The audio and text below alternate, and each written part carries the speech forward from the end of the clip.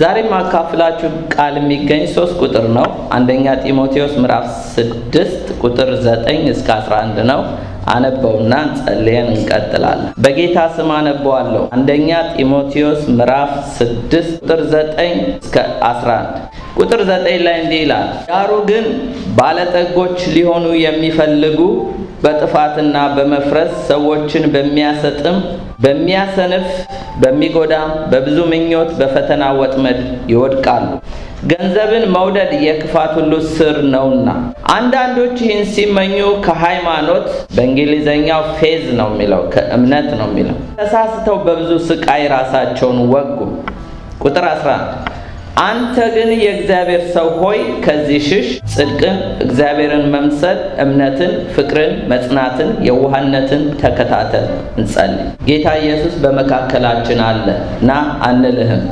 ነገር ግን ጌታዊ ጆሮቻችንን ክፈትልን፣ የልቦና ዓይኖቻችንን አብራለን፣ ከሕግ ታምራትን እንድናይ በኢየሱስ ክርስቶስ ስም እርዳን። እንደ ሊዲያ ልባችን እንደ ደቀ መዛሙርቶች አእምሯችንን ከፍተ በኢየሱስ ስም እንዲገባን እግዚአብሔር አምላኬ ሆይ የገባንን ነገር ደግሞ ታዘን ፍሬ እንድናፈራበት ትረዳን ዘንድ እንጸልያለን። እኔም ባሪያ በፍጹም ግልጽነት መናገር እንድችል እርዳን። ጊዜው ያንተ ነው፣ ስፍራው ያንተ ነው፣ እኛም ያንተው ነንና እንደወደድክ በኢየሱስ ስም ተናገረን። አሜን። ሐዋርያው ጳውሎስ ለጢሞቴዎስ እንደዚህ ይለዋል፣ ዳሩ ግን ባለጠጎች ሊሆኑ የሚፈልጉ በጥፋት በመፍረስ ሰዎችን በሚያሰጥም በሚያሰንፍ በሚጎዳም በብዙ ምኞት በፈተና ወጥመድ ይወድቃሉ ይላል።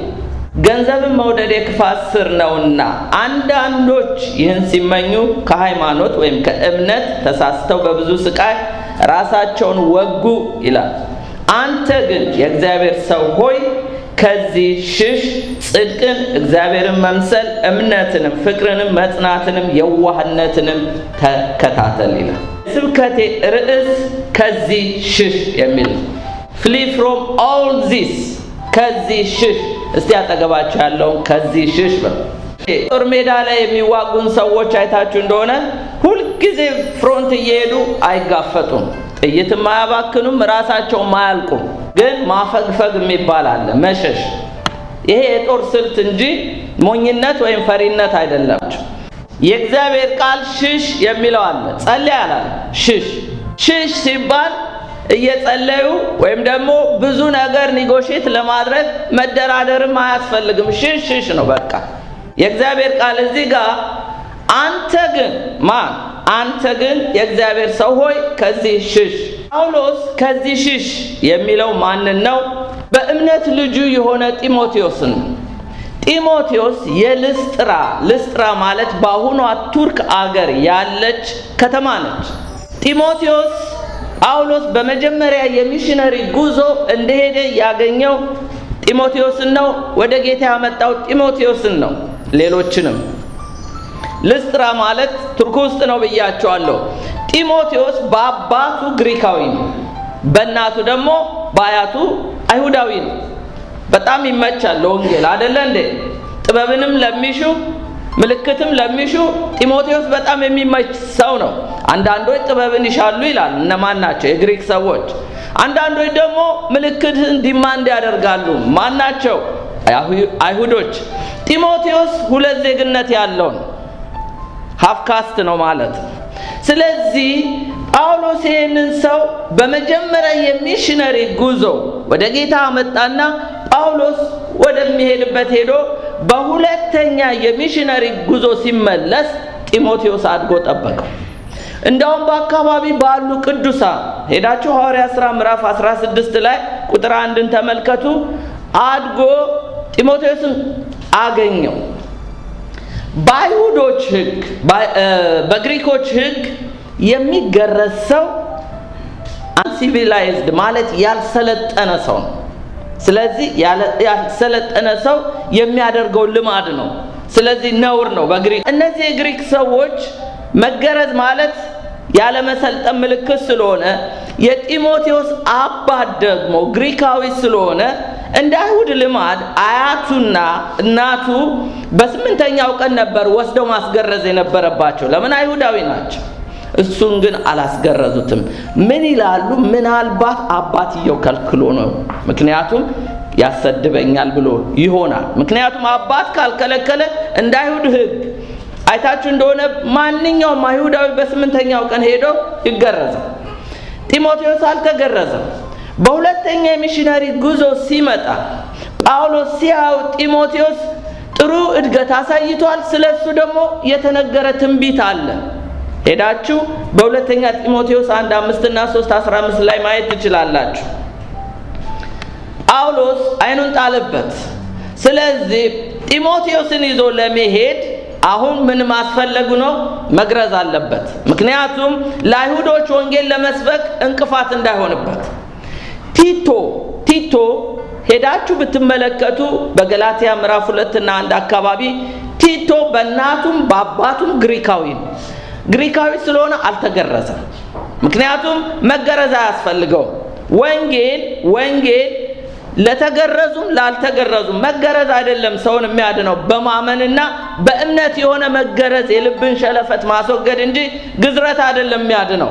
ቲቶን አላስገረዘውም። ጢሞቴዎስ ግን ሀፍካስ ስለሆነ ግማሽ አይሁዳዊነት ስላለው አይሁዶችን ለመድረስ ምን አስደረገው? አስገረዘውና ጢሞቴዎስን ይዞ ሄደ። የሚገርማችሁ ከ15 ዓመታት በላይ ጳውሎስና ጢሞቴዎስ ወዳጆች ሆነው የወንጌልን ሥራ ተጠምደው ሲሰሩ ነበር። ጳውሎስ እንግዲህ ይህን በእምነት የሆነውን ልጁን ይህንን አብሮት የሚጓዘውን ስለ ክርስቶስ ብዙ መከራ የተቀበለውን ጢሞቴዎስን አንተ ግን የእግዚአብሔር ሰው ሆይ ከዚህ ሽሽ ይለዋል። የሚገርማችሁ በመደበኛው ትርጉም ላይ ነው ማነበው። አንደኛ ጢሞቴዎስ 1:3 ላይ እንደዚህ ይላል፣ ወደ መቄዶንያ በሄድኩ ጊዜ አደራ እንዳልሁ አንዳንድ ሰዎች ከእንግዲህ የሐሰት ትምህርት እንዳያስተምሩ ታዛቸው ዘንድ በዚያው በኤፌሶን ተቀመጣል። መቄዶንያ ያለችው ወደ ግሪክ ውስጥ ነው።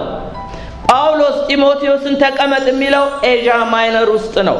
የት? የአሁኗ ቱርክ ኤዥያ ውስጥ በኤፌሶን ቤተክርስቲያን በዛን ጊዜ ጳውሎስ 3 ዓመት ሙሉ ደክሞባት ያገለገላት ግን ያላደገች ነች።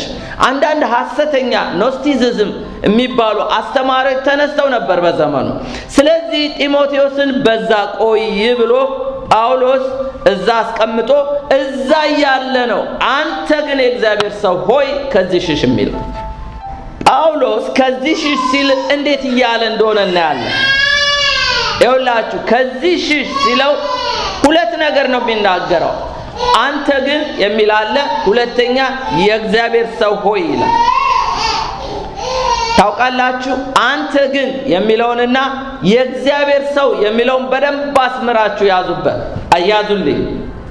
መጽሐፍ ቅዱስ አንተ ግን የሚለው አለ። በአሁን ጊዜ ሰዎች እሱ አድርጋለች፣ እሱ ሆኗል፣ እነሱ እየተባሉ ማመካኘት ተጀምሯል። የእግዚአብሔር ቃል ግን እሱም ይሁን እሱ የራሱ ጉዳይ፣ አንተ ግን እኔ ክርስቶስን እወዳለሁ የምትል እኔ የክርስቶስ ተከታይ ነኝ የምትል አንተ ግን እያለ ነው የሚናገር። ክርስትና የግል ነው። አሜን። ጌታ እዚህ እኮ ሰበሰበን እንጂ ግማሾቻችሁ ቤተክርስቲያንም አልዳናችሁም። እርግጠኛ ነኝ። እኔ ቤተክርስቲያን ውስጥ አይደለም ጌታን የተቀበልኩት፣ በትምህርት ቤት በቤቴ አምጥቶ ከቅዱሳን ጋር አስቀመጠኝ። ከናንተ በፊት ጌታን ነው የማውቀው። ጌታ ስላወቀኝ ራሱን ገለጠልኝ፣ አመጣኝ።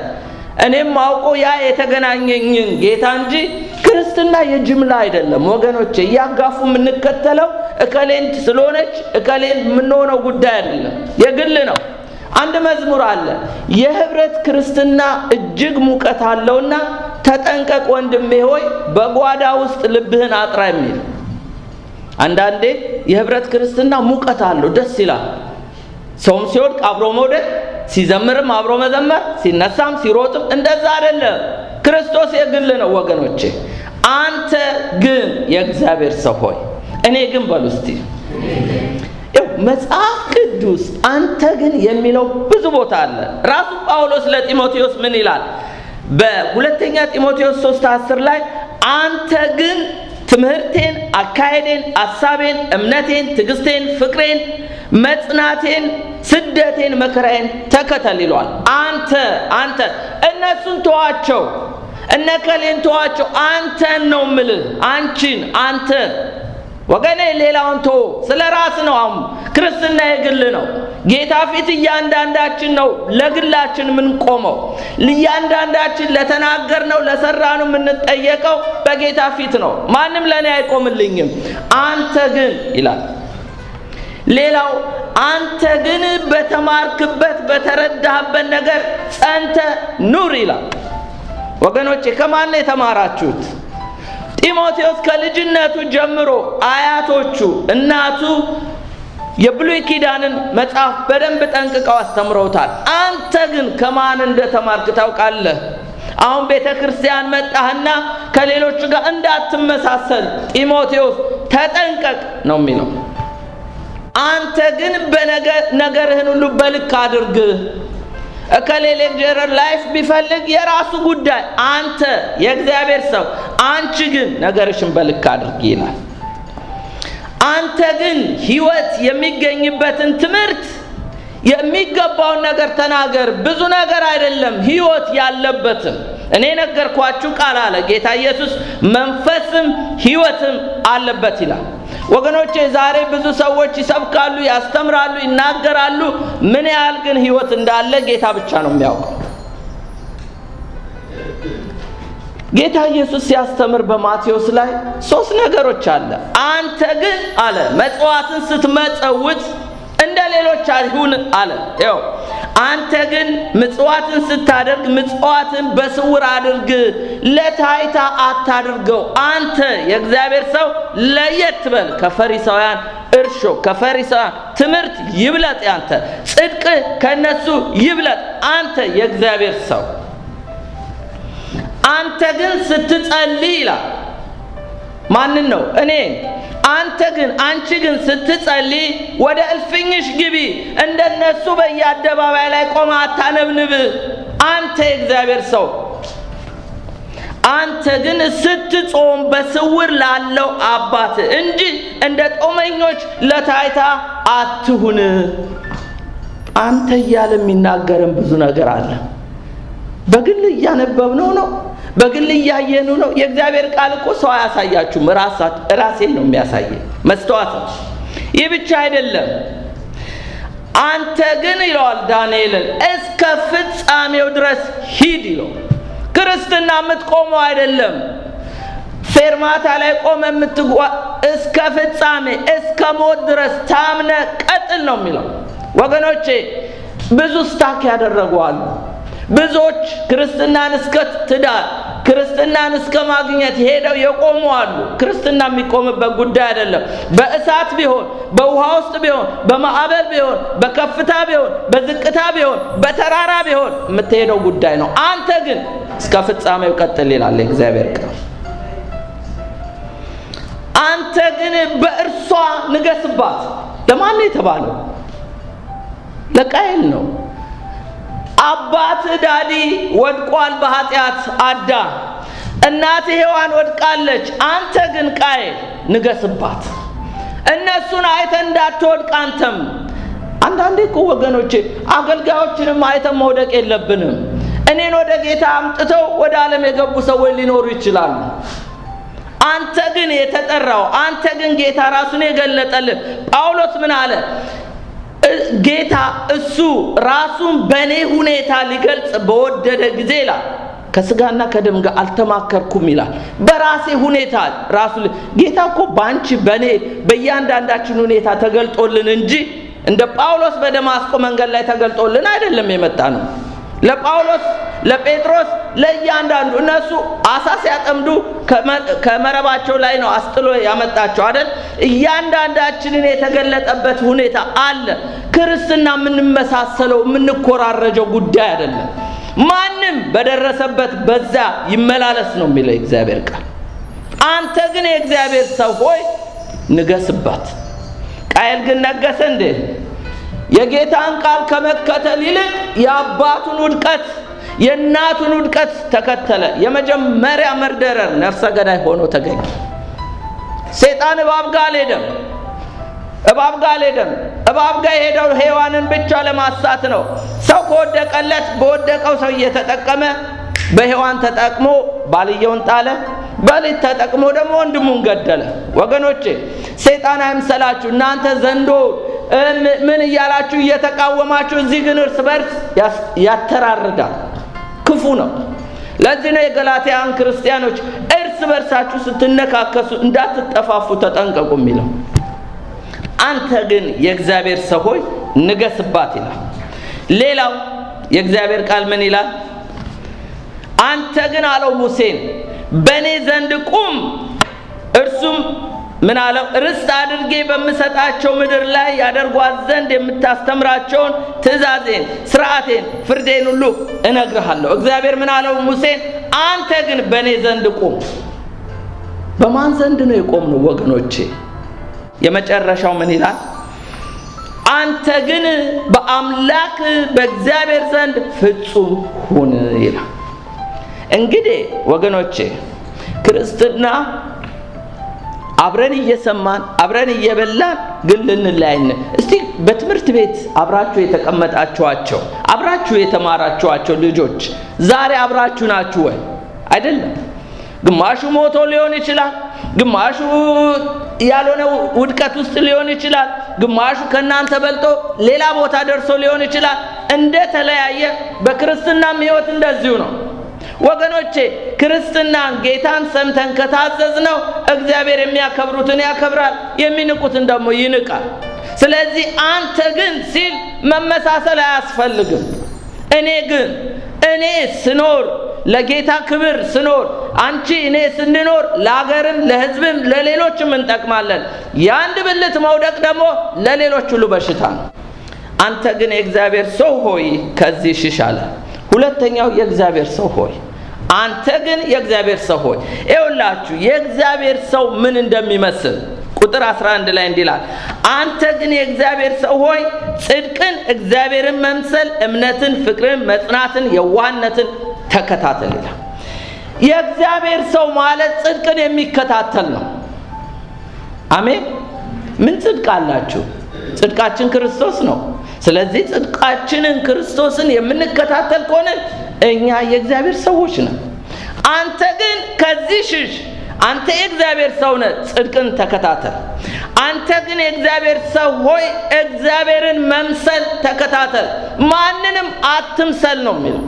ክርስቶስን የመምሰል ጉዳይ እንጂ ክርስትና የማስመሰል ጉዳይ አይደለም። እግዚአብሔር ምን ይጠላል መሰላችሁ? ማስመሰል፣ ፕሪቴንድ ማድረግ፣ ሂፖክራሲ መሆን። ፈሪሳውያኖች አስመሳዮች ናቸው። ውስጣቸው ንጥቂያ፣ ስስት፣ ቀማኝነት አለ። በውጭ ሲታዩ ግን አሸንክታባቸውን አርዝመው ለሌሎች ጻድቅን ይመስላሉ። ጌታ ግን ሲመጣ የውስጥ ማንነታቸውን ገለጠባቸው። ጌታ እውነት ነዋ፣ አይዋሽማ። ስለዚህ ክርስትና እግዚአብሔርን የምንመስለው ጉዳይ እንጂ የምናስመስልበት ጉዳይ አይደለም። ስለዚህ አንተ ግን የእግዚአብሔር ሰው ሆይ እግዚአብሔርን መምሰል ተከታተል። እከሌ ወደቀ፣ እከሌ ተነሳ፣ እሱን እንዳትመስል፣ ጌታን ለመምሰል ተከታተል ይላል። ጻድቅ ሰው፣ የእግዚአብሔር ሰው እግዚአብሔርን ለመምሰል የሚከታተል ነው። ሌላው እምነትን ተከታተል ይላል። የዳነው በምንድን ነው? ንገሩኝ። የምንኖረው በምንድን ነው? የምናገለግለው በምንድን ነው? እሱኑ ተከታተል። በእምነት እንደጀመርክ በእምነት ጨርስ ነው የሚለው። አንዳንድ ሰዎች በእምነት ይሄዳሉ። ጴጥሮስ ጌታ ና አለው። ጌታን በውሃ ላይ በእምነት ጀመረ። ውሃውን ኢየሱስ እንደረገጠው ኦን ዘ ዋተር መጓዝ ጀመረ። ነገር ግን አይኑን ከጌታ ሲያነሳ ማንን ማየት ጀመረ? ይኸውላችሁ በማየት ስትመላለሱ መስመጥ ትጀምራላችሁ። ክርስትና በማየት ሳይሆን በእምነት የምንጓዘው ነው። ስንናገረውም በእምነት ስንጸልይም እግዚአብሔር እንደሚሰማልን በእምነት እየቆጠርን ነው። ጻድቅ በእምነት በሕይወት ይኖራል ነው የሚለው። አሜን። የእምነት ሰዎች ነን፣ አማኞች እንጂ እኛ እኮ ሃይማኖተኞች አይደለን። አንተ ግን የእግዚአብሔር ሰው ሆይ እምነትን ተከታተል። ከእምነት ወደ እምነት እያደግን ልንሄድ እግዚአብሔር ይጠብቅብናል። አንተ ግን የእግዚአብሔር ሰው ሆይ፣ የእግዚአብሔር ሰው ፍቅርን የሚከታተል አሜን። ወገኖች ፍቅር ስላችሁ የዘር ያገሬ ሰው እህቴ ወንድሜ አክስቴ አጎት እሱን አይደለም። አንኮንዲሽናል የሆነ ለሁሉ የሞተበት የኢየሱስ አጋፔውን ፍቅር ማለት ነው። በሱ ነው እንድንዋደድ እግዚአብሔር ኃጢአተኞችን በወደደበት በዛ ፍቅር እያንዳንዳችን ወደ ቤቱ እንዳመጣን ሌሎችንም እርስ በርሳችንም በዚህ እንድንዋደድ። በዘር ከሆነ ችግር ነው ወገኖች፣ በዘር የምንሄድ ከሆነ ችግር ነው። በዝምድናም ከሆነ ችግር ነው። እንከፋፈላለን። ፓርቲ ስፒሪት ልክ እንደ ቆሮንቶስ ነገር ግን ለወገኔ ይጠቅማል ሳንል ክርስቶስ በወደደን ፍቅር ስንዋደድ ይህን ፍቅር ስንከታተል እንኳን እዚህ ያላችሁት አይደለም ከማንም ጋር መኖር እንጀምራለን። ስለዚህ እግዚአብሔር ቃል ምን ይላል? የእግዚአብሔር ሰው ፍቅርን የሚከታተል ነው። ሌላው መጽናት። ወገኖቼ ብዙ የሚያስገመግም ነገር አለ፣ ብዙ የሚያንሸራትት ነገር አለ። ማስ ሚዲያ ክፈቱና ስሙ። ብዙ ይወደቁ አሉ የእግዚአብሔር ሰዎች፣ ብዙ ይሳቱ አሉ፣ ብዙ የት ይደርሳሉ የተባሉ፣ እኛም ከነሱ እንዳንዱ ነን። ነገር ግን ክርስትና መጽናትን ይጠይቃል። በክርስትናችን ጽናት ይጠበቅብናል። ስለዚህ ጽና ይላል የእግዚአብሔር ቃል። የእግዚአብሔር ሰው በመጽናት የሚከታተል ነው። ሌላው ጀንትልነስ ማለት የዋህነትን ተከታተል። ክርስቲያን ተንኮለኛ አይደለም ማለት መሰሪ አይደለም፣ ምቀኛ አይደለም፣ ቀናተኛ አይደለም። እባብ ከምድር አራዊት ሁሉ ተንኮለኛውን ፈልጎ ነው ተጠቀመበት እንጂ እኮ ዝሆንንም መጠቀም ይችላል፣ ሌሎቹንም። ለምንድነው እባብን? ተንኮለኛ ስለሆነ። አንተ ግን የዋህነትን ተከታተል፣ ተንኮለኛ አትሁን። ማን ይጠቀምብናል? ሰይጣን። ወገኖች መሰሪዎች፣ ምቀኞች፣ ቀናተኞች፣ ክፎች ልነው ይሄን እንድንከተል አልተጠራንም። የእግዚአብሔር ሰው ምን ነው? የዋህነትን የሚከተል ነው። ስለዚህ እግዚአብሔር ቃል ምን ይላል? ከዚህ ሽሽ። እስቲ ከዚህ ሽሽ በሉ። ከምንድነው ጢሞቴዎስን ሽሽ የሚለው? ባይ ዘ ዌይ ጢሞቴዎስን ሽሽ ያለውን ከማየታችን በፊት የእግዚአብሔር ቃል 4 ነገሮች ሽሽ የሚለው አለ። አንደኛው ከክፉ ሽሽ ይላል። መዝሙረ ዳዊት 34:14 እና 37:27 ላይ ከክፉ ሽሽ፣ መልካምንም አድርግ፣ ሰላምንም እሻ ተከተላት ነው የሚለው። የእግዚአብሔር ሰው ከክፉ መሸሽ አለበት። በክፋት ውስጥ በአመጽ ውስጥ ክርስቲያን መሳተፍ የለበትም። ለዚህ ነው ከዓለም ሰዎች የምንለየው። ከክፉ ሽሽ ይላል። ሁለተኛው ከዝሙት ሽሽ ይላል የእግዚአብሔር ቃል። ጳውሎስ ለቆሮንቶስ ክርስቲያኖች ሲናገር በአንደኛ ቆሮንቶስ 6:18 ከዝሙት ሽሹ፣ ሰው የሚያደርገው ኃጢአት ሁሉ ከሥጋ ውጭ ነው፣ ዝሙት የሚሰራ ግን በገዛ ስራው ላይ ኃጢአትን ይሰራል። ዝሙት የሚጸለይበት ጉዳይ አይደለም፣ የሚሸሽበት ጉዳይ ነው። ሶምሶን ከደሊላ ጋራ ይጫወታል። ዮሴፍ ግን ከጴጢፋራ ሚስት ይሸሻል። በእድሜ ማን ነው አንጋፋ? እስቲ ታላቁ ማን ነው? ሶምሶን ነው ወይስ ዮሴፍ? ሶምሶን ነው ዮሴፍ? ማን ነው ቀድሞ የነበረ? ዮሴፍ ነው። ዮሴፍ በዘፍጥረት ውስጥ ነው። ሶምሶን በመሳፍንት ውስጥ ነው ያለው።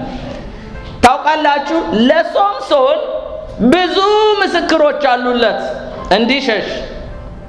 የእግዚአብሔር ቃል ተጽፎለታል፣ የሙሴ ሕግ ተጽፎለታል፣ የሚያመካኘው የለም። ለዮሴፍ ግን ምንም መጽሐፍም ፔንታቶክም አልተጻፈም። በዮሴፍ ዘመን ሙሴ ነው የጻፈው። እስከዛ ድረስ ግን ዮሴፍ ከማን ተምሮ ነው የሸሸው? ከማን ተምሮ ነው ጨርቁን ጥሎ የሮጠው? እንዴት እንደዚህ አይነቱን ወረስት ነገር በእግዚአብሔር ፊት ይመቸዋል እኮ። አባቱ የለ፣ እናቱ የለ፣ የሚያውቁት የለ፣ ግን በእግዚአብሔር ፊት አያችሁ፣ እግዚአብሔርን ይፈራል። ጨርቁን ጥሎ ነው የሸሸው። ሶምሶን ግን አልሸሸም። ብሉይ ኪዳን እኮ ተጽፎለታል። ፔንታተክ፣ እነዚህ 5ቱ የሙሴ ሕግ ተጽፎለታል። የመሳፍንት ዘመን ላይ ያለ ሰው ነው። ብዙ ከዮሴፍ ሕይወት መማር ይችላል። እንደ ደመና ብዙ ምስክሮች ያሉት ሶምሶን ግን ለእግዚአብሔር ቃል ኢግኖራንት ነው። የእግዚአብሔርን ምክር ንቋል። ስለዚህ ደልላ እንደ ስሞ አይኑን ነው ያስጎለጎለችው። ጠላት ሲጥለን መጀመሪያ የሚያወጣው አይናችንን ነው። መንፈሳዊ አይናችንን አሳውሮ የቀድሞ ጨለማ ውስጥ ነው የሚከተን። ከዛ ወፍጮ ፈጪ ነው የሚያደርግ። ክፉ ነው። ከዚህ ሽሽ ነው። አንተ የእግዚአብሔር ሰው ሽሽ። ዝሙት ያገባ አይልም፣ ያላገባ አይልም። እንደውም ባገቡት ይብሳል። ታውቃላችሁ፣ ዳዊትን የሚያክል የእግዚአብሔር ሰው የወደቀበት ጉዳይ ነው። በመሸሽ እንጂ ኒጎሼት በማድረግ በመደራደር አቅምን አይቶ ማምለጥ ብቻ ነው። አንዳንድ ሰዎች ግን ብዙ ያወራሉ። ወሬው ወጥመዱ፣ ሰይጣን ትራፖላው ብዙዎችን የእግዚአብሔር ታላላቅ ሰዎች የጣለው አንዱ ዝሙት ላይ። ወገኖቼ ሽሽ ነው የሚለው የእግዚአብሔር ቃል። ያገባሽ ብትሆኚ ልጅ ወለድሽ አይፈራም እሱ ማንንም። ይሄ የሰይጣን ኢንስትሩሜንት ነው፣ እወቁት። ሰይጣን ትልቁ ትራፖላው ሰዎችን የሚያጠምድበት ዝሙት ነው። አንቺ የእግዚአብሔር ሰው ነኝ የምትል የፈለክ ዓመት አገልግል፣ ተጠንቀቅ፣ ከሱ ሽሽ ነው የሚለው የእግዚአብሔር። ሌላው ጣዖትን ከማምለክ ሽሽ ነው የሚለው የእግዚአብሔር ቃል ለቆሮንቶስ ክርስቲያን 10:14 ላይ ስለዚህ ወዳጆች ሆይ ይላቸዋል፣ ጣዖትን ከማምለክ ሽሹ። እንደነ ጌዲዮን ዘመንኛ እኮ ድንጋይ ላናመልክ እንችላለን፣ መሰዊያ ላናመልክ። ጣዖት አለ። ጣዖት ማለት ምን ማለት ነው? ባጭሩ ቃል ገልጽላችኋለሁ። ጣዖት ማለት የመጀመሪያ ትእዛዝ ኢየሱስም ሲጠየቅ ሙሴም የጻፈው ምንድነው? በፍጹም ልብህ፣ በፍጹም ሐሳብህ፣ በፍጹም ነፍስህ እግዚአብሔርን አምላክህን ውደድ ነው የሚለው የመጀመሪያው ትእዛዝ። ቀጥሎ ባልንጀራ እንደራስ ውደድ ነው። ይህን እግዚአብሔርን ውደድ የሚባለው ቦታ ላይ እግዚአብሔርን ከመውደድ ይልቅ ሌላ ነገር መውደድ ከጀመራችሁ እነግራችኋለሁ፣ ጣዖት እያመለክን ነው። ልጅሽ ልትሆን ትችላለች፣ ስራ ሊሆን ይችላል፣ ገንዘብ ሊሆን ይችላል፣ የፈለገ ሚስት ልትሆን ትችላለች። እግዚአብሔር በሚወደድበት ቦታ ላይ ያን ቦታ የእግዚአብሔርን ፍቅር ለሌላ ሼር የምናደርግ ከሆነ እግዚአብሔር ቀናተኛ ነው፣ ጣዖት እያመለክን ነው። ከዚህ ሽሽ ይላል። ወገኖቼ ምናችሁ ሲነካ ነው አግሬሲቭ የምትሆኑት? ምናችን ሲነካ ነው ልባችን አብሮ የሚሮጠው? አንዳንዴ ተንበርክከን እንኳን ልባችንን የሚሰርቀው ምንድነው? የምንወደው ነገር ከእግዚአብሔር ከበለጠ ዛት ኢዝ አይዶልስ፣ ጣዖት ነው። ስለዚህ ከዚህ ሽሽ ይላል የእግዚአብሔር ቃል። የመጨረሻው ከክፉ የጎልማሳነት ምኞት ሽሽ ይላል። ለስት ከሆነ ብዙ የክፉ የጎልማሳነት ምኞት አለ። አንዳንዴ በዓለም ሳንጠግበው የመጣኑ እግዚአብሔር ቤት መተን እንደ እስራኤል ሕዝቦች በጢው ዱባው እያለን የሚያምረን የሚያስጎመጀን ነገሮች አሉ። ምን ነው በዓለም በነበርኩ የሚያሰኝ። እግዚአብሔር ከዚህ ሽሽ ይላል። ሽሽ። እስራኤልን በምድረ በዳ ያስቀረ ዱባው ነው፣ የግብፅ ምኞት፣ ያ ለስት ክፉ ምኞት። መና እየበሉ ምን ይመኛሉ? ዱባ ይመኛሉ። ከዚህ ሽሽ። እግዚአብሔር የበለጠ ነገር እያበላቸው። ኦኬ፣ እንግዲህ ጳውሎስ እዚህ ጋር ምንድነው የሚለው? አንተ ግን የእግዚአብሔር ሰው ከዚህ ሽሽ የሚለው ከሁለት ነገር ነው። ቅድም ያነበብኩት ቁጥር 9 ላይ ዳሩ ግን ባለጠግነትን ሊወዱ የሚፈልጉ ይላል። ሁለተኛው ደግሞ ገንዘብን መውደድ የክፋት ስር ነውና ይላል። ሁለት ነገር ነው ሽሽ የሚለው። አንደኛ ባለጠጋ ለመሆን መፈለግ፣ ሁለተኛ ገንዘብን ከመውደድ ሽሽ ይላል። ወገኖቼ ከገንዘብ ሽሹ አይደለም፣ ከበልጥግናም ሽሹ አይደለም የሚለው ባለጠጋ መሆንን ከመፈለግ። ወገኖቼ አትፈልጉም እንዴ? እውነት እንነጋገር። አትፈልጉም? ባለጠጋ መሆን አልፈልግም ወይ? የእግዚአብሔር ቃል ምን ይላል? ንጉሥ ሰሎሞንን ተመልከቱት እስቲ። በሱ ዘመን ገንዘብ አይቆጠርም ይላል። ምን ለምኖ ነው እግዚአብሔር የሰጠው? ንገሩኝ እንጂ ብልጥግና ነው ወይስ ጥበብን? ይኸውላችሁ ብልጥግናን ብትፈልጉ ጥበብንም ነው የምታጡት። እግዚአብሔርን ብልጥግናውንም አይሰጣችሁ። እግዚአብሔርን የለመነው ጥበብን ነው። ጥበብ በአደባባይ ትጮኻለች። ማን ነው የሚፈልጋት? ጳውሎስ ለቆሮንቶስ ክርስቲያን ምን አለ? የእግዚአብሔር ጥበብ የእግዚአብሔር ኃይል ማን ነው አለ? ክርስቶስ። ወገኖቼ ጥበብን እሹ። ጥበብን የሚሻ ሰው ጠቢብ ይሆናል። እግዚአብሔርን ለመነው። ምን ብሎ ለመነው? ሰለሞን ይህንን ስለለመነ ነገሩ እግዚአብሔርን ደስ አሰኘው። እግዚአብሔር ማለው ፍርድን ትለይ ዘንድ ለራስ ማስተዋልን ለመንክ እንጂ ለራስ ብዙ ዘመናት ባለጠግነት የጠላቶችን ነፍስ ሳትለምን ይህን ነገር ለምነሃል። እነሆ አለው አንደኛ ነገሥት 3:10-13 እኔ ግን ይላል እኔ እንደ ቃል አድርጌያለሁ። እነሆ ማንም የሚመስል ከአንተ በፊት እንደሌለ ከአንተም በኋላ እንዳይነሳ አድርጌ ጥበበኛ አስተዋይ ልቦና ሰጥቻለሁ ካለ በኋላ ቁጥር 13 ላይ ደግሞም ከነገስታት የሚመስል ማንም እንዳይኖር ያለመንከውን ባለጠግነት ክብርን ሰጥቻለሁ። እንግዲህ የፈለገ ሚሊዮነሮችን ጥሩልኝ በዚህ በዘመናችን ንጉሥ ሰለሞንን የሚያክል ወደፊትም አይነሳም፣ ከዚህም በፊትም ተነስቶም አያውቅም። በሱ ዘመን ብር አይቆጠርም። ግን ብልጥግናን ያገኘው እግዚአብሔር ጥበብን ፈልጎ። ብልጥግናን ፈልጉ ይላል እንደ ቃሉ። ፈልግ ሳይሆን ሽሽ ነው የሚለው። ከመፈለግ ሽሽ። ሰዎች ባለጸጋ ለመሆን ሲሉ ነው አንዱ ሌላውን የሚገለው፣ አንዱ ሄዶ ጠንቋይ ጋር የሚያስጠነቁለው፣ አንዱ አንዱን እየጠረበ የሚጥለው ባለጸጋ ለመሆን ነው። አንዳንድ ሀብታሞችን ብታዩ እኮ የሰው ደም አለበት ህንጻው ላይ። ይሄን አንዱን ገለው ነው የወረሱት። ዝም ብሎ እኮ አይመጣም ሀብት። ዲያብሎስ እኮ ምን አለው ለኢየሱስ? ወድቀ ስገድልኝና እሰጥሃለሁ ነው ያለው። ዝም ብሎ ሀብት አይመጣም። ኢየሱስ ጋር እግዚአብሔር ጋር ቀርቦ ሰለሞን ብልጥግናን ፈልጎ ሳይሆን ጥበብን ፈለገ። እግዚአብሔር ባለጠጋ አደረገው።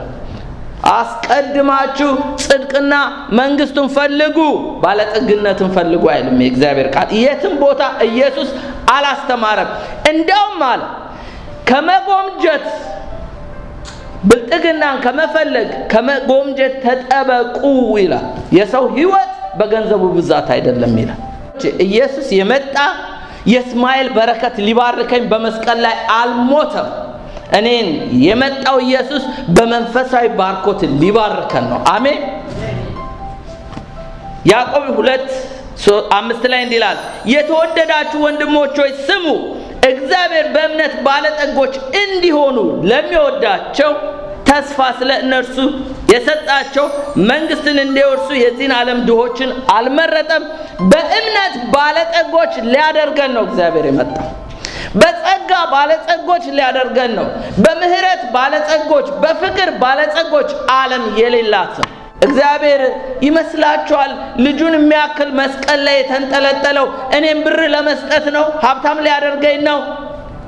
ተመልከቱ የእስማኤል በረከት እሱን ሊሰጠኝ አልመጣም። እኛ ግን በመንፈሳዊ ባርኮት በይስሐቅ በአብርሃም የዘር ግንድ ውስጥ የከተተን በክርስቶስ ለመንፈሳዊ ባርኮት ነው። ስለዚህ ጽድቁን እሹ፣ መንግስቱን እሹ፣ ብልጽግናን ከመፈለግ ሽሽ ነው የሚለው። እግዚአብሔር ከፈለገ ያበለጽጋል፣ ግን ፈልገው አይልም፣ ሽሽ ነው የሚለው። አንተ ግን አንዳንዶች ባለጸጋ መሆንን ይሻሉና አንተ የእግዚአብሔር ሰው ከዚህ ሽሽ። ሌላው ገንዘብ የክፋት ሁሉ ስር ነውና ገንዘብን ከመውደድ ሽሽ። ይኸው ከገንዘብ ሽሾ አይልም፣ ከመውደድ። እስቲ ከመውደድ በሉ። ሀብታሞች ሆነው ገንዘብ የማይወዱ እንዳሉ ታውቃላችሁ? መናጢ ድሃ ሆኖ ገንዘብ ፍቅር ያለው እንዳለ ታውቃላችሁ? ኪሱ ምንም የሌለው ግን ገንዘብ የሚወድ ሰው፣ ቆጥቋጣ ስግብግብ የሆነ ሰው እንዳለ ታውቃላችሁ? ይኸው ገንዘብን ከመውደድ እንጂ ገንዘብ ከገንዘብ ሽሽ። ገንዘብ እኮ ኢንስትሩሜንት ነው ለኛ፣ መሰማሪያ መስሪያ ነው። ስንሄድ እኮ ብሩም ወርቁንም ጥለኑ ነው የምንሄድ። ግን ከገንዘብ ፍቅር ይሁላችሁ። ኢየሱስ ክርስቶስ ምን አለ? አንድ ሰው ለሁለት ጌቶች መገዛት አይችልም አለ። አይዘር ለገንዘብ ወይም ደግሞ ለምን አለ? ለእግዚአብሔር።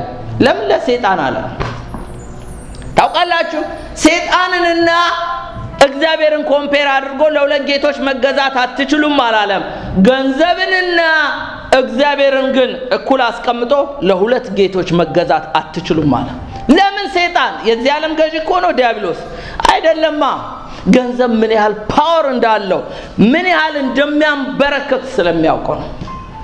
አንተ የእግዚአብሔር ሰው ገንዘብን ከመውደድ ሽሽ። ብዙ የእግዚአብሔር ሰዎች የወደቁት በገንዘብ ፍቅር ነው ወገኖች። እግዚአብሔር ይጠብቀን። ስለዚህ ከዚህ ሽሽ ይለው። እንግዲህ ሸሽቶሳ ምን ያድርግ? እየጠቀለልኩ ነው። ዳሩ ግን ባለጠጎች ሊሆኑ የሚፈልጉ ብዙ ችግር የሚያመጣው የሚወዱ ሰዎች፣ ብልጽግናን የሚፈልጉ ሰዎች የእግዚአብሔር ቃል ይወድቃሉ ይላል። እስቲ ይወድቃሉ በሉ። ምን ላይ እንደሚወድቁ እደረድርላችኋለሁ። እኔ ፖይንቱን ብቻ ነግራችኋለሁ። ባይብላችሁ ላይ ያለ ቁጥር 9 ላይ ዳሩ ግን ባለጠጎች ሊሆኑ የሚፈልጉ አንደኛ በጥፋት ላይ ይወድቃሉ፣ ሁለተኛ በመፍረስ፣ ሶስተኛ ሰዎችን በሚያሰጥም፣ አራተኛ በሚያሰንፍ፣ አምስተኛ በሚጎዳ፣ ስድስተኛ በብዙ ምኞት፣ ሰባተኛ በፈተና፣ ስምንተኛ በወጥመድ ላይ ይወድቃሉ። በጥፋት ላይ መውደቅ የሚፈልግ ሰው አለ እንዴ ከኛ? ማንም። ገንዘብን ብትወዱ ባለጠግነትን ብትፈልጉት በጥፋት ላይ ትወድቃላችሁ ይላል። በመፍረስ የስንቱ ትዳር ፈርሷል፣ የስንቱ ቤት ፈርሷል፣ የስንቱ አገልግሎት ፈርሷል ባለጠግነትን ፍለጋ። ሰዎችን በሚያሰጥም እኔ እንኳን በአገልግሎት በዚህች ዕድሜ የብዙ ሰዎችን ቤት አይቻለሁ። የብዙ ክርስቲያኖች ብልጥግና መውደድ እየፈረስክ ነው የምትሄደው ይላል። ሌላው ረግረግ ውስጥ ትወድቃለህ ትሰጥማለህ ነው የሚለው። ተመልከቱ ዘሪ ሊዘራ ወጣ ይላል። ግማሹ በጭንጫ በመንገድ ዳር ይልና በእሾህ ላይ ወደቀ ይላል። አደገ ፍሬም አፈራ፣ ነገር ግን ፋይናሊ አነቀው ይላል።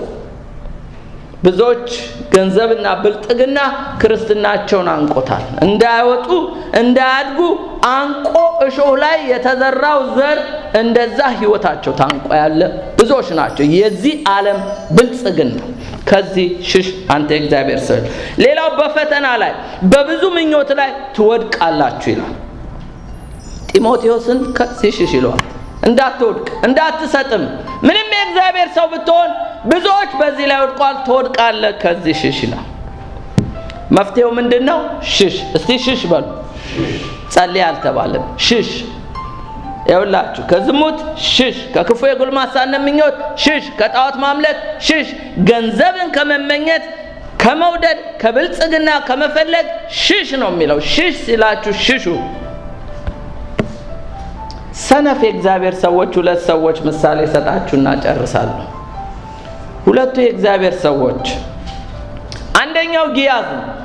ጊያዝ ትልቅ እድል ያለው ከእግዚአብሔር ሰው አንዱ ከኤልሳ ጋር አብሮ የሚወጣ የሚገባ ሎሌ፣ የእግዚአብሔር ሰው ሎሌ። አንድ ቀን እንዲሆነ እንዲህ ይላል ሁለተኛ ነገሥት 5:20 ላይ የእግዚአብሔር ሰው ሎሌ ኤልሳ የእግዚአብሔር ሰው ነው። የሱ ሎሌ ምን ይላል? ጌታ የሶርያዊውን ንዕማንን ማረው፣ ካመጣለትም ነገር ምንም አልተቀበለም። ያው እግዚአብሔርን በስተኋላው ሮጣለሁ አለ። እስቲ በስተኋላው ሮጣለሁ። ጊያዝ ከማን ኋላ ነው የሮጠው? ከማን ኋላ? ከንዕማን። አያችሁ፣ ያንተ ሀብት ያንተ ንብረት እዛ ለራስ ይሁንልህ አለው ኤልሳ። የእግዚአብሔር ሰው ነው። ከገንዘብ ፍቅር ከብልጽግና ፍቅር ልቡ የሸሸ ነው። በማን ፍቅር የተጠመደ? በእግዚአብሔር። ጊያዝ አለ እንደኔና እንደናንተ ደግሞ አገልጋይ። የሚገርመው ልቡ ከንዕማን ኋላ ሮጣ። ያው እግዚአብሔርን እሱ ማረው እኔ ግን አልምረውም ብሎ ሮጠ። ዮርዳኖስ ውስጥ ጥሎት የሄደውን ለብሶ መጣ። እግዚአብሔር ይጠብቀን። ባለጸጋ መሆን ትችላላችሁ ከነ ለምጹንም ብልጽግናውንም ይዞ ሃሌሉያ ማለት ይቻላል። ጌታ ሳይን ለምጻሞች ነው። የእግዚአብሔር ሰው ግን ንቆታል። ምንም አይደለም። ጊያዝ እዛ ዮርዳኖስ ውስጥ አራግፎት ሄደው ለምጽ ለበሰው። ለሱ ብቻ አይደለም ለዘር ማንዘሩ። እግዚአብሔር ከዚህ ይጠብቀን ወገኖቼ።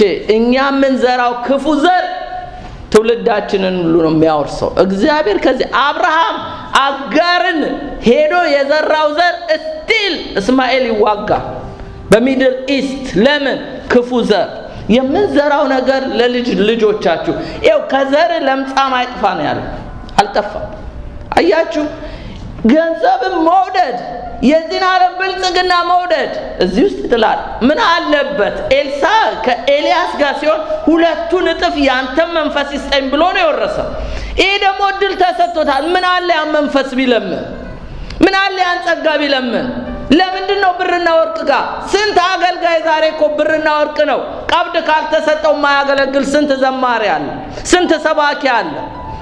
ቀብድ አምጡ እያለ ከነለምጹ እኮ ነው ቆሞ የሚያገለግለው፣ ከነለምጹ እኮ ነው ቆሞ የሚሰብከው።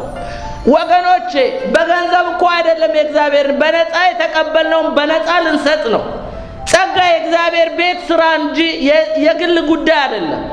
እኔ ብሰብካችሁ እኮ የኔ እኮ አይደለም። ይሄ ጸጋ ጌታ ለህንጻው የሰጠው ነው፣ ለቤቱ ነው።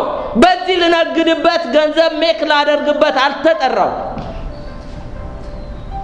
ድምጽ አለኝ ብለው የሚነግዱ ስንት ዘማሪዎች አሉ። አንተ ግን የእግዚአብሔር ሰው ሽሽ። ይኸው ከዘማሪም ዘማሪ ይለያል፣ ከሰባኪም ሰባኪ ይለያል፣ ከፓስተርም ፓስተር ይለያል። እግዚአብሔር ይለያል፣ የሱ የሆኑትን ያውቃል። አንተ የእግዚአብሔር ሰው ከዚህ ሽሽ፣ አትነግድ። ለገንዘብ ብለህ ከነለምጽ እንዳትወድቅ ተጠንቀቅ፣ ትሰምጣለህ ነው የሚለው። ሌላው ዮናስ ነው። ዮናስ እርግጥ እንደ ግያዝም አይደለም። ዮናስ ከእግዚአብሔር ፊት ወደ ተርሴስ ይኮበልል ዘንድ ተነሳ፣ ወደ ኢዮጴድም ወረደ፣ ወደ ተርሴስም ያልፍ ዘንድ በመርከብ ዋጋ ከፍሎ ሄደ ይላል። ይኸው ዮናስ ወደ ምንድን ነበር ሽሽ የሚባለው? የእግዚአብሔር ቃል ወዴት ነበረ? ሰዎች ወደ እግዚአብሔር እንዲቀርቡ። ዮናስ ግን ከእግዚአብሔር ፊት ኮበለለ። ከምንድን ነው ሽሹ የተባለው? ከምንድን ነው ሽሹ? ከዝሙት ነው፣ ከክፉ የጎልማሳነት ምኞት ነው፣ ከብልጽግና ነው። ዮናስ ግን ከእግዚአብሔር ፊት ኮበለለ። ዛሬ ብዙ የኮበለሉ ሰዎች አሉ ወገኖቼ። ከእግዚአብሔር ፊት አይደለም ሽሹ የተባልነው፣ በእግዚአብሔር ፊት መገኘት ይብዛልን። መሸሽ ግን ያለብንን የእግዚአብሔር ቃል ነግሮናል። እነዚህ ሰዎች መዝጊያ ነው፣ ኮንክሉዥን ናቸው። አንደኛው ያዕቆብ ነው፣ ሁለተኛው ሙሴ ነው። ያዕቆብ እንደዚህ ይላል፣ አንተ ግን የእግዚአብሔር ሰው ሆይ ከዚህ ሽሽ ካለ በኋላ ስለ ያዕቆብና ስለ ሙሴ ይናገራል። የሚገርማችሁ ሙሴ ከማን ፊት ኮበለለ ይላል? ሊገለው ካለ ከፈርዖን ፊት ኮበለለ። ያንን ሰው መግደሉን ሰምቷልና ፈርዖን ሊገለው ሲል ሙሴ ሊገለው ካለ ፈርዖን ፊት ኮበለለ ይላል። ያዕቆብ ደግሞ እግዚአብሔር ተነስተ ወደ ተናገርኩ ወደዛ ወደ ቤተል ውረድ አለው። ለላባም አልነገረውም፣ ተነስቶ ኮበለለ ይላል። ይኸውላችሁ ያዕቆብ ከየት ነው የኮበለለው? ከላባ ቤት ነው። ለምን? እግዚአብሔር ተናግሮታል፣ ሽሽ ብሎታል። አሁን 20 ዓመት ባሪያ የምትሆንበት በቃ ኢነፍ ኢዝ ኢነፍ አለው። አሁን ግን ኮብልል አለው። ለላባም አልነገረውም ይላል። ተነስቶ ያለውን ሁሉ ይዞ ኮበለለ። ላባ ተከተለው።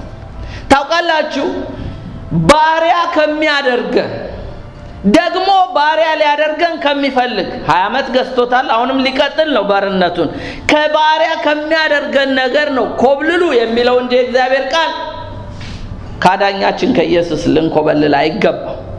ሙሴም ሊገለው ካለ ከፈርዖን ፊት ኮበለለ ነው። ሊገለን ሊያርደን ካለ ነገር መኮብለል ተፈቅዶልናል፣ ሽሽ ተብሎ። ነገር ግን ከእግዚአብሔር ፊት አይሸሽም። እስቲ አጠገባችሁ ያለውን ባካችሁ ከእግዚአብሔር ፊት አትሽሽ በሉ። ከፈርዖን ፊት ግን ይኮበለላል፣ ከላባ ፊት ይኮበለላል። ብዙዎች የገንዘብ ፍቅር እንደ ላባ ገዝቷቸዋል። ለሁለት ጌቶች መገዛት አትችሉም ተብሏል። ለጌታ ከምገዛ እሱ ይግዛኝ እያሉ ለገንዘብ ባሪያ ሆነው ማንም ለተገዛለት ለዛ ነገር ባሪያ ነው። ስለዚህ የገንዘብ ባሪያ ሆናችሁ ለመኖር ከፈለጋችሁ የእናንተ ምርጫ ነው። የእግዚአብሔር ቃል ግን ከዚህ ሽሽ ይላል። ደግመ በባርነት ቀንበር ኢየሱስ እኮ ነፃ ያወጣን ከዚህ ሁሉ ባርነት ነፃ ሊያደርገን። አሜን። ሌላው ከፈርዖን ፊት ኮበለለ ይላል። ከሚገላችሁ ወገኖቼ፣ ከሚያርደኝ ህይወት ከሚያሳጣኝ ነገር ማምለጥ ነው ያለብኝ። ከዛሬ ጀምሮ አንተ የእግዚአብሔር ሰው ከዚህ ሽሽ ስለሚል ስትጸልዩ ስትናገሩም ከማንም ጋር ታያይዙት። አንተ ቢያስፈልግ መስተዋት ጋር ቁሙና አንተ የእግዚአብሔር ሰው እያላችሁ ስበኩት ራሳችሁ። ዳዊት እኮ ነፍሱን ይሰብክ ነበር አይደል እንዴ? ነፍሴ ሆይ ዝም በይ ይላል። ነፍሱን ይሰብካት ነበረ። ወገኖቼ ስበኩ፣ ራሳችሁን እያያችሁ አንተ የእግዚአብሔር ሰው፣ አንተ ክርስቶስን ከዚህ ሽሽ በሉት። እከሌ እኮ እንዲህ ነው በቤተ ክርስቲያን፣ ፓስተሩ እንዲህ ነው። አረ አይሰራም። እኔ አሁን የማንንም ስም ሜንሽን አላደርግም፣ የማንንም ውድቀት አልናገርም። ብዙ አብረዋችሁ ያሉ ሰዎች ሸርተት ሲሉ እንኳን አንተ የእግዚአብሔር ሰው የሚለው ቃል ነው እኔን የሚያጸናኝ። በተረፈ ምንም አያጸናችሁም። ስለዚህ ለእግዚአብሔር ቃል ሪስፖንድ እናድርግ። ተነስተን እንጸልያለን።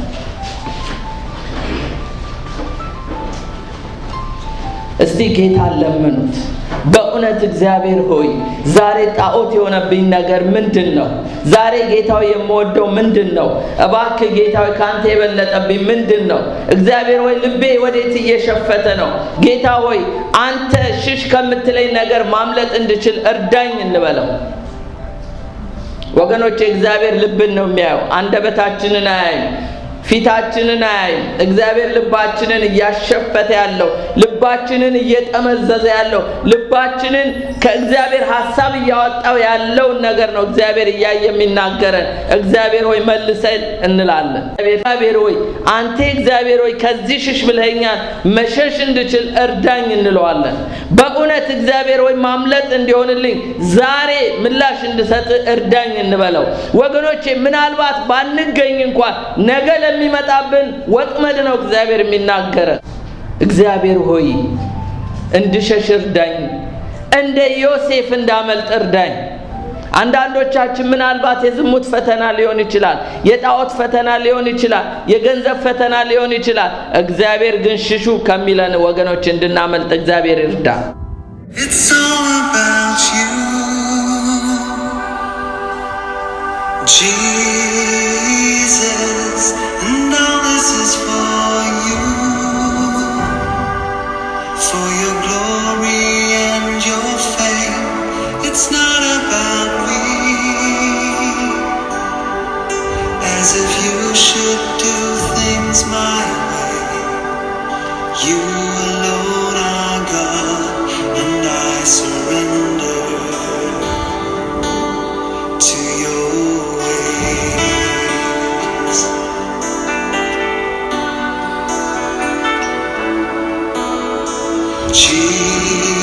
Jesus, lover of my soul, all-consuming fire is in your gaze.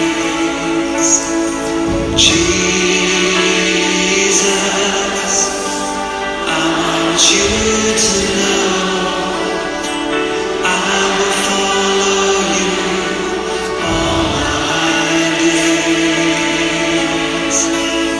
For no one else in history is like you. History itself belongs to you.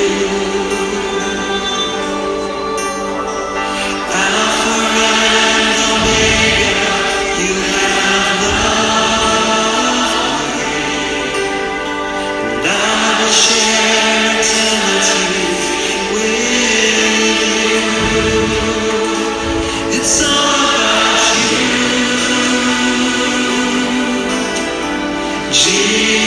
Jesus, and all this is for you, for your glory.